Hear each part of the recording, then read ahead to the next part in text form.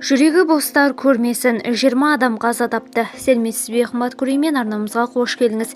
Әлемде және Қазақстанда болып жатырған соңғы жаңалықтарды алғашарқадарынан біліңіз келсе, арнамызға жазылыңыз, лайк басуды ұмытпаңыз. Үндістанда туристерге толы автобус мотоциклмен соқтығысып өртке оранды. Салдарынан 20 адам қаза тапты. Оқиға бүгін таңертең болған. Жантүршігерлік оқиға Андхра Прадеш штатында болған. Автобус Хайрадабадтан Бангалорға кетіп бара жатқан. Өрт мотоциклдің соқтығысынан кейін шыққан. Басылымның мәліметінше автобустың жанармай бағы тұтанған. Алдын ала мәлімет бойынша мотоцикл жанар бағын зақымдаған. Жүргізушілердің бірі өртті байқап, ұйықтап жатқан екінші жүргізушіні оятқан. Олар өрттің ауқымын дұрыс бағаламай, оны өздері сумен сөндіруге тырысқан.